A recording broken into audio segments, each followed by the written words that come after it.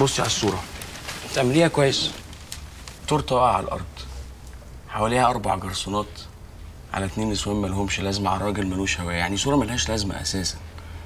بس الصور اللي فيها الناس التقيلة عندك، بذمتك لو صورة زي دي اترمت على مكتبك هتنشريها؟ لا طبعا. يبقى لازمتها بقى ايه الزعبوبة اللي حضرتك عملتيها دي؟ لازمتها ان مستقبلك معايا انا، مش في حتة تانية. امال بيقولوا عليا الأستاذة ليه؟ عشان علمت ناس كانوا زيك وأقل منك ودلوقتي بقوا كبار كبار قوي. أنا سمعت الكلام ده من حضرتك قبل كده. ما علينا، نشتغل.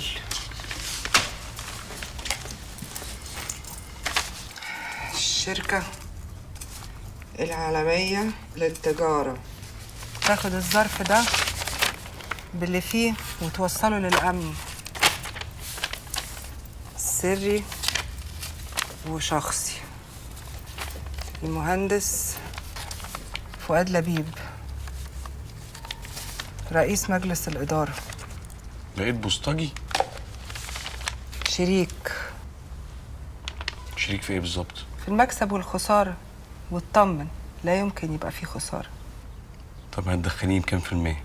30-70. مين 30 ومين 70؟ انت بتستعبط؟ أنا هاخد 40. ما تنساش ان انا اللي في الصورة وانا اللي شايلة المسؤولية كلها. 40 و60 حلو. يا خوفي منك يا بدران. موافقة. ده شرف عظيم ليا يا باشا، والله أنا أول ما شفت الصور دي ضغطي عالي عليا وحسيت إني مخنوقة. عشان كده أول حاجة عملتها بعتلك الصور دي على طول.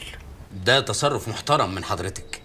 أنا متشكر جدا يا مدام، متشكر جدا. أنا هعتبر ده جميل، وإن شاء الله هرده لحضرتك بالشكل المناسب.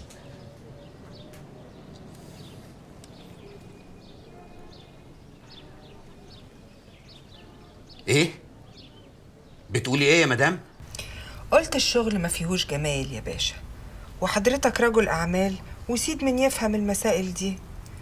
اللي جاب لي الصور طلب فيهم فلوس كتير، ولو ما كنتش اشتريتهم أكيد كان هيبيعهم لأي جورنال أو مجلة تانية.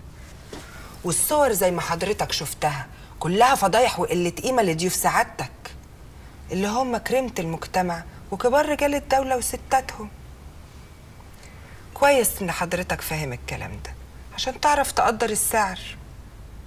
يا باشا أنا اشتريت النيجاتيف عشان أمنع نشر الفضايح دي. عاوزة كام؟ 30,000.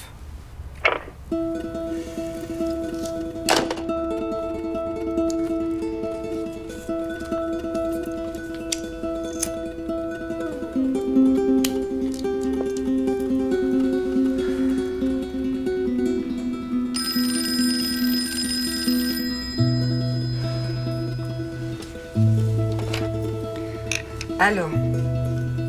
أيوة يا باشا، 40,000.